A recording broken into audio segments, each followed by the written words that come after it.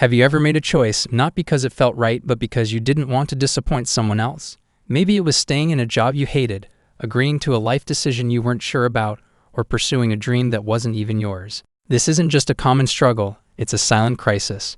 Too often, we sacrifice our authenticity for the comfort of others. But here's the hard truth: staying true to yourself often means letting others down, and that's okay. Let's explore why this happens, how it affects us, and how we can find the courage to disappoint others to live authentically. From an early age, we're taught to seek approval. A child learns that a good grade earns praise, a smile pleases their parents, and following the rules keeps them out of trouble. This desire to please becomes ingrained, and as adults, it shows up in all areas of life. Taking on responsibilities we don't want to avoid saying no, choosing careers or partners to meet family expectations, avoiding difficult conversations for fear of upsetting someone. At its core, this fear stems from our need for connection. We believe that disappointing others might threaten those connections, making us feel alone or rejected. But ironically, living a life that isn't true to ourselves often creates a deeper loneliness. Consider Emma, a talented artist who gave up her dream to take over her family's business. Her parents were proud, her community applauded, and outwardly, her life looked perfect. But inside, she felt a growing emptiness. Every day she worked at the business, she moved further away from herself. This is the hidden cost of people-pleasing: resentment. When we prioritize others' expectations, we often feel bitter toward those we're trying to please. Burnout. Living for others is exhausting. Constantly suppressing your desires can lead to stress and emotional fatigue. Loss of identity. Over time, we can lose touch with who we are, unsure of what we truly want. The power of saying no. Let's shift to relationships. Imagine a man named Chris who always says yes to his friends' plans, even when he's exhausted. He fears that saying no will make him seem selfish or uncaring.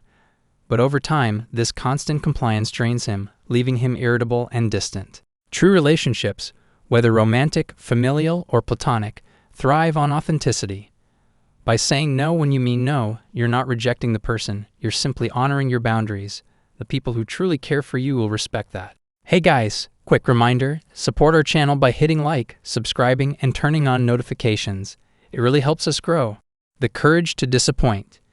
Disappointing others is never easy, especially when it involves people we love. But here's the truth: the discomfort of disappointing someone else is temporary, while the regret of betraying yourself can last a lifetime. Practical steps to build this courage. Reframe disappointment. Disappointing someone doesn't mean you're being selfish or unkind. It simply means you're making a choice that aligns with your values. Communicate with compassion. For example, let's say your parents want you to pursue a high-paying job, but you're drawn to a creative field. Instead of shutting them down, try explaining. I understand why this matters to you, but I've realized my happiness lies elsewhere.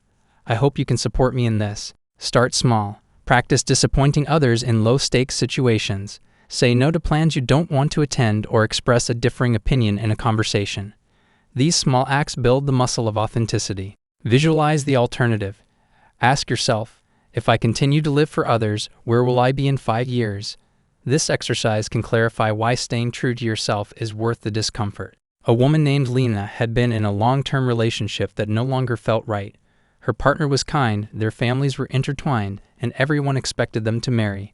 Breaking up would hurt him deeply and shock their community. But Lena knew she couldn't keep living a lie. After months of soul-searching, she ended the relationship. It was painful, but it also freed her to explore who she was outside of societal expectations. A year later, she met someone who aligned with her true self, and she often reflects on how letting others down allowed her to build the life she loves.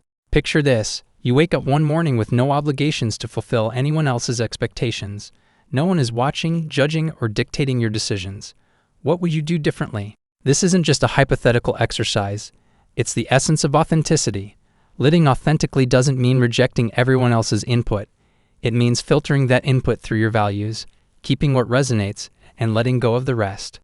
This week, identify one area where you've been prioritizing others over yourself. It could be a career decision, a relationship, or even a simple habit like always agreeing to plans you don't enjoy. Ask yourself, am I doing this because I want to or because it's expected of me? What would I choose if I didn't fear disappointing someone? Yes, it's hard to disappoint others, but the alternative, disappointing yourself, comes at a far greater cost. By living authentically, you'll not only find deeper satisfaction but also attract relationships and opportunities that align with who you truly are. So next time you feel the weight of someone else's expectations, remember this: their disappointment is temporary, but your truth is forever. Choose wisely.